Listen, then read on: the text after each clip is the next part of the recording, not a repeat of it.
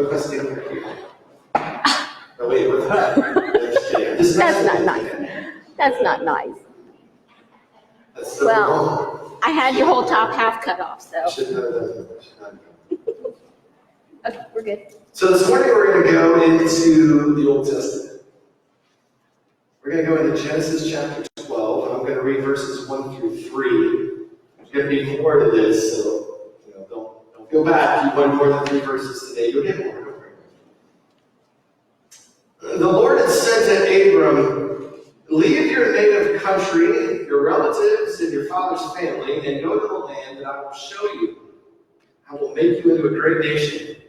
I will bless you and make you famous, and you will be a blessing to others. I will bless those who bless you and curse those who treat you with contempt. All the families on earth will be blessed through you." This is God's word for God's people. Thanks be to God. I'm used to saying you need to see it. After today, you're already seated. So how would you read? Great. Wonderful. Wow, great, wonderful. We survived Friday the 13th and full moon. Yes. Survived. Use that adjective, survived. I think I could say that too. It was a long week. It was one that flowed and changed. Not everybody had a great week though, I'm sure. Some people had a hard week. Yeah. It's not always, what did I say on Wednesday night? It's not always unicorns, puppy dogs, and rainbows. It's just not. Sometimes life hits back. But it's good to know that hopefully in the midst of whatever it is that you had, great week, bad week, week, that you made time for God. Somewhere, some way, somehow you made time for God. That's the key to the relationship. Making time for the scriptures, praying. Those two things are super important into keeping you in that relationship. It's where he finds you, it's where you find him, it's where he talks, it's where you listen sometimes. But in the midst of that, then you find yourself doing, right? You find yourself going, you find yourself getting involved in something, and the next thing you know, you're being what it is that he's asked you to be, and now you're able to see him. You're able to watch him as he works through you and does through you. And now God becomes real. And that becomes addictive. It really does. Because you get to see him work, and then you go, okay, I gotta see this again. Okay, I gotta see this again. And so then it becomes a normal part of your life. Until something bad happens, and then it gets tough again, and then you gotta hunker down and gotta do that. Whatever it is, remember our theme for the year. Do not be afraid. Whatever you need, there's enough. And whatever you don't think you are or don't think you can do, you are enough. So last week we started this series on our purpose. The power in our purpose. What is it that drives us? What is it that God wants us to do? We always ask that question a lot of the time. We're like, oh God, what do you want to do with me? What do you want to do with my life? Sometimes it's not always clear. It's not a billboard that we can see. Sometimes it's a little more difficult than that. Last week, we talked about the 3 phases of God's purpose in Scripture. It's one of the reasons we went back to the Old Testament today, because the first one is God's purpose in the Old Testament. Some people just like, well, Jesus came and he died for us and gave us this new covenant, and we don't need the Old Testament. You do. Because that's where he came from. He was there at the creation of the world. He was there through all those mistakes and all those processes. He was there as God continually redeemed people, right? And it wasn't until God finally said, well, Jesus said, you're going to have to make this happen. We're going to have to do this. And that's when he decided that he was going to be born. It all ties together. There's a purpose then for Christ. We find that in the New Testament. And then in the epistles, right? There's the Gospels of not just Matthew, Mark, Luke, and John, but then we read on and we get to Paul, we get to Timothy, we get to hear from Peter and James. These are the people who are trying to describe your purpose. It all fits together. And today we realize that Abraham is kind of the key to the whole thing, right? He's kind of that person that God first really kind of had a relationship with, when we find out. I mean, he did with Adam and Eve, and he did with Noah, and there were some other people, but they were always heartbreakers for him. Okay?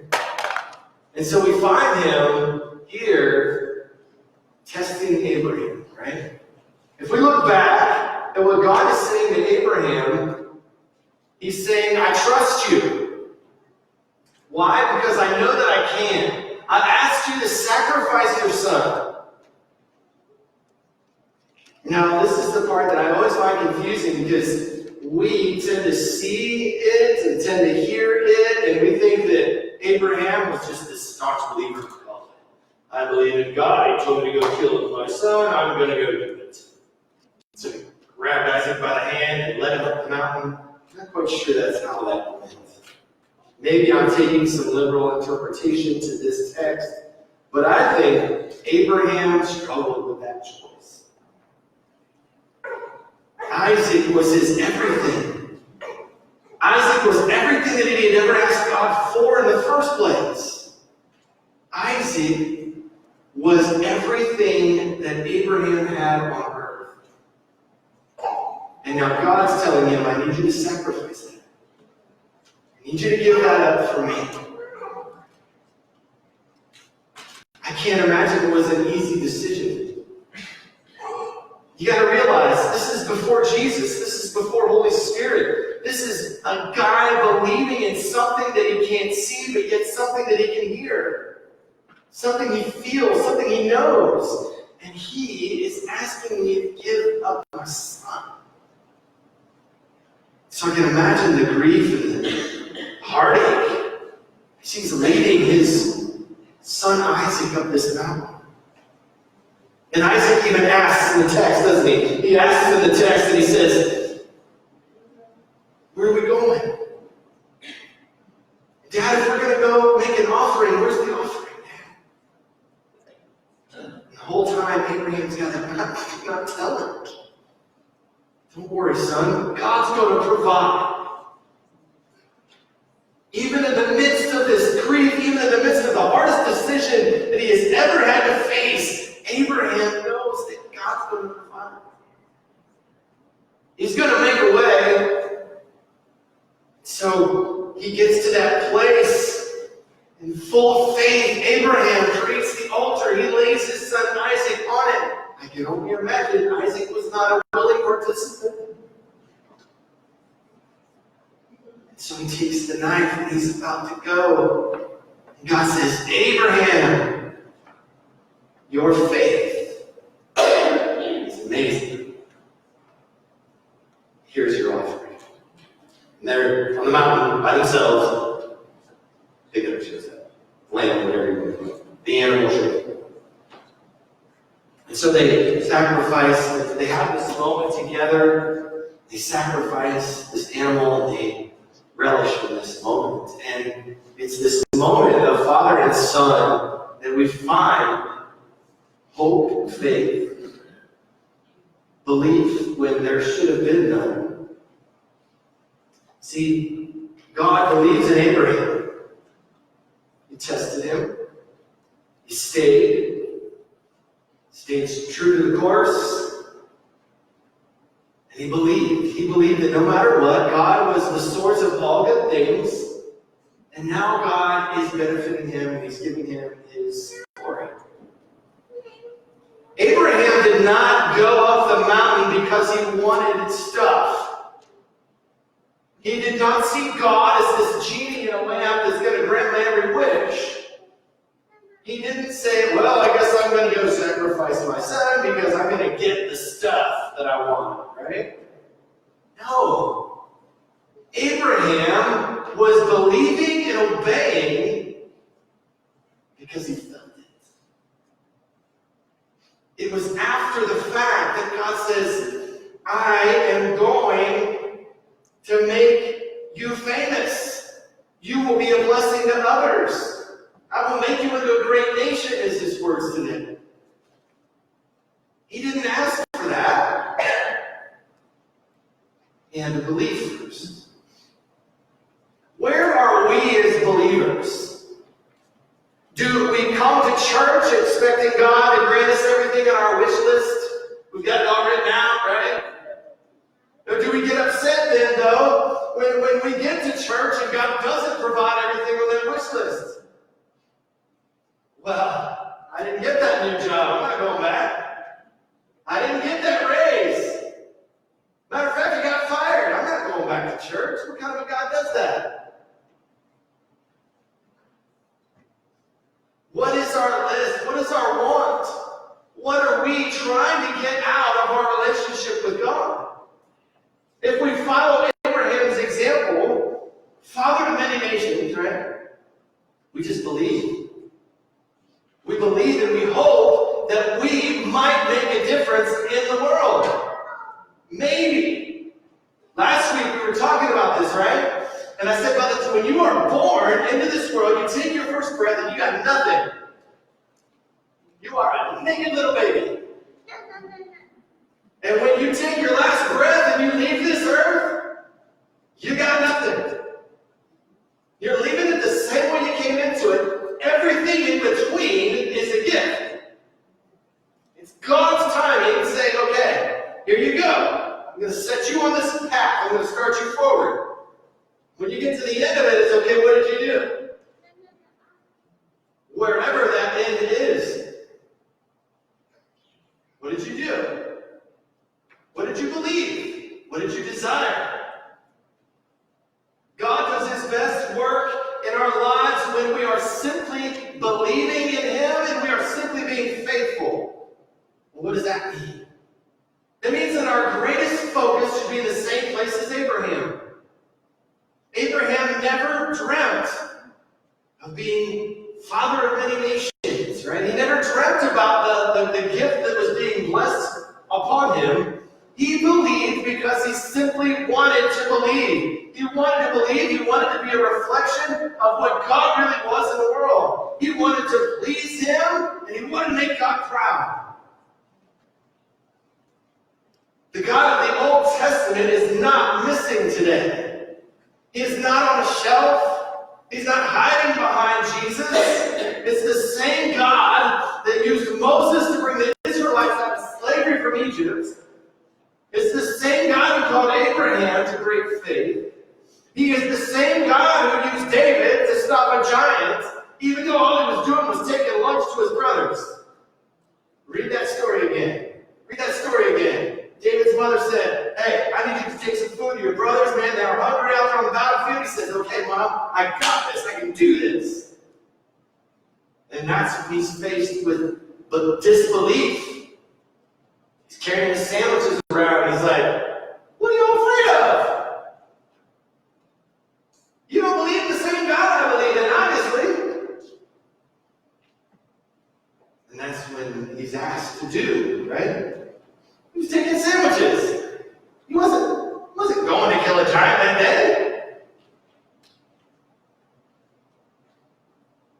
The same God that once provided his very Son for the forgiveness of our sins.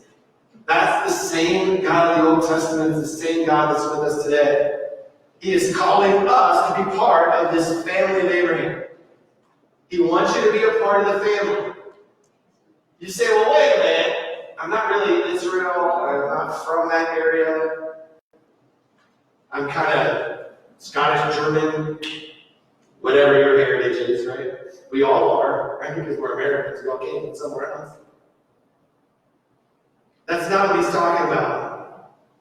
If we look back into the book of Galatians, we go to Galatians chapter 3, see the Apostle Paul goes back to this very text that we have today. And he describes what it means to the Gentiles, those that weren't Israelites at the time. Galatians chapter 3, verses 7 through 9. Paul says, the real children of Abraham, then, are those who put their faith in God. Not a blood lineage, per se. What's more, the scriptures to this time when God would make the Gentiles right in his sight because of their faith. God proclaimed this good news to Abraham long ago. He said, all nations will be blessed through you. And so all who put their faith in Christ share that same blessing that Abraham received because of his faith. It's full circle, right? It's one big giant circle of faith, belief. See, God's purpose has always been to find people that want to be in the family. I don't know if I really want to equate it to an episode of Sopranos, but it's you want to be in that family. Why? Because it never ends. For one, it's eternity. It's grace. It's love. It's forgiveness. It's hope. Man, that's the family I want to be in. Jesus, I tried to explain this morning, and I hope I did a fairly decent job. Jesus came into the world, right? Because people were losing their ability to hope. They were losing their ability to have faith. And so Jesus comes to the world. Now, God could have very easily done anything he wanted, right? He's omnipotent, he's omniscient, he can do whatever, right? He could wave, his hand if he has hands. He could snap his fingers if he has fingers. And everything would be good. All the good people, you're with me. All the bad people, you're there. He could make that happen.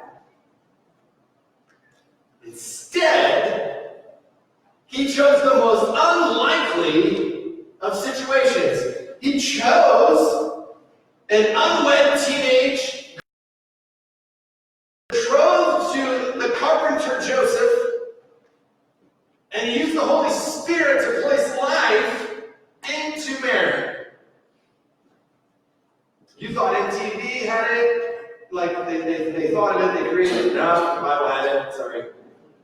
Look to Matthew. It's already there. Jesus is born out of wedlock to Mary and Joseph. Joseph's a carpenter. He's just a builder. Not anybody prominent. He's not a Pharisee. I mean, Jesus comes to the most unlikely of families.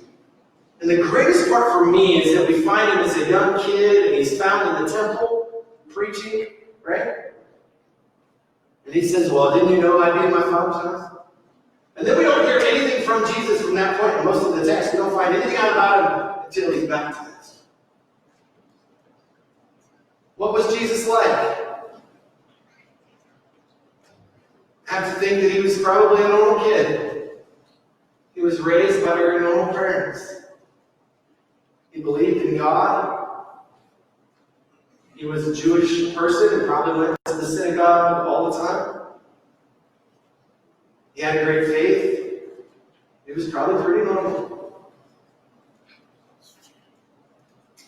God chose the most inappropriate, ungodlike way, sending salvation into the world. Kind of like the same way he chose this unlikely old man who had asked for this son, shows faith.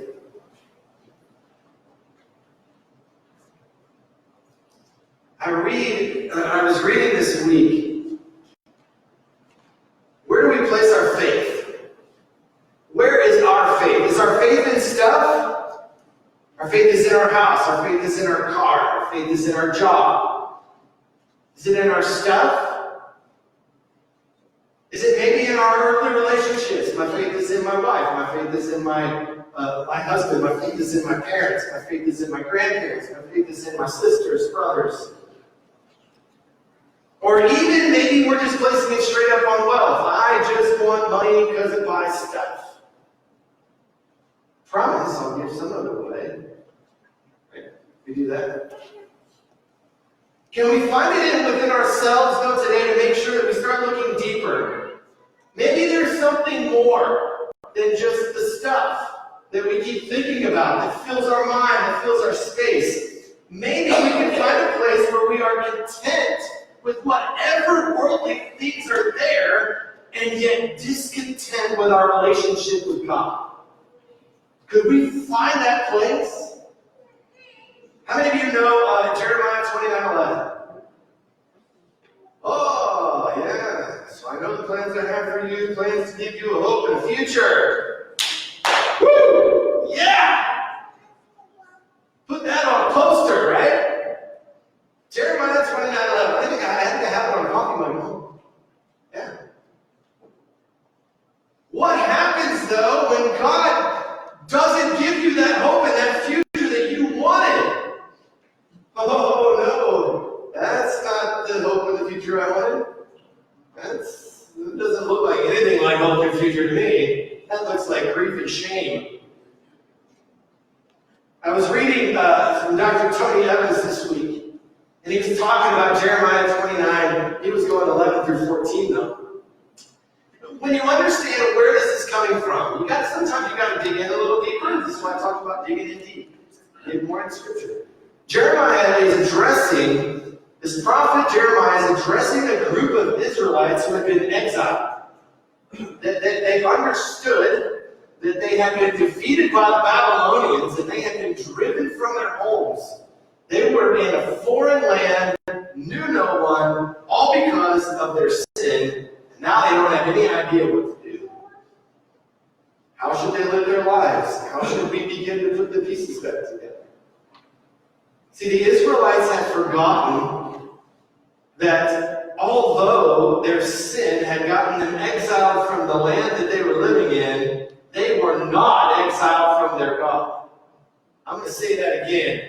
Because of their choices and their decisions, they were exiled from the land that they were living in, but they were not exiled from their God. See, they were still God's chosen people. He was still beckoning to them in the midst of their difficult circumstances, and He was still trying to get them to seek Him and come to know Him in a deeper way.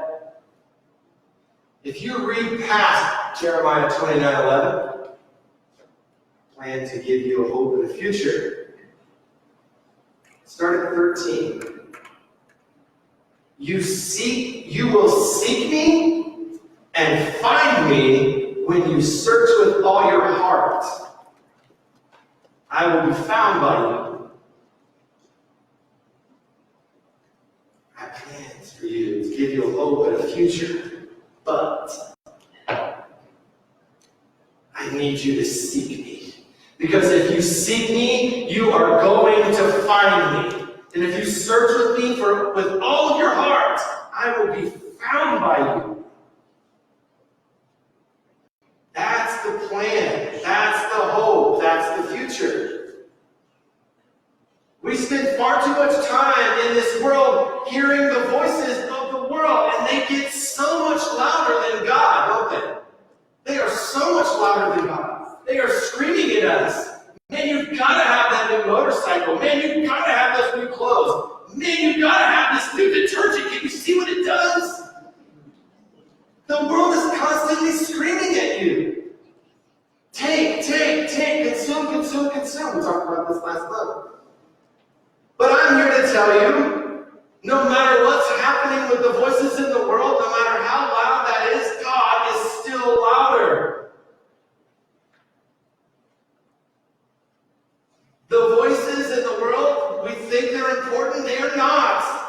The sky is not falling. You still have value. God still desires you right where you are.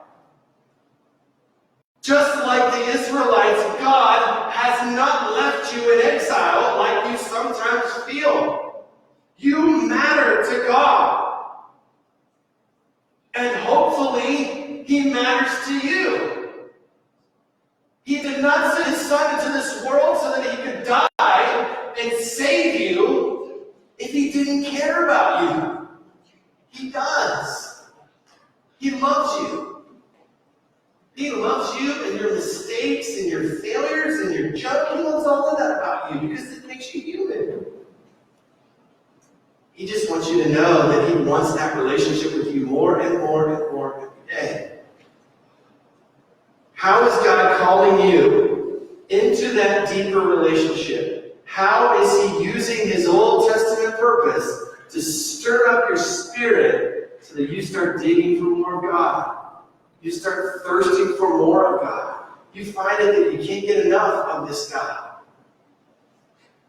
Next thing you know, you're doing more with life. How is he asking you to do more?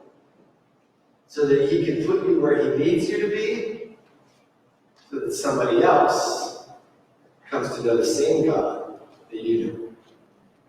Amen.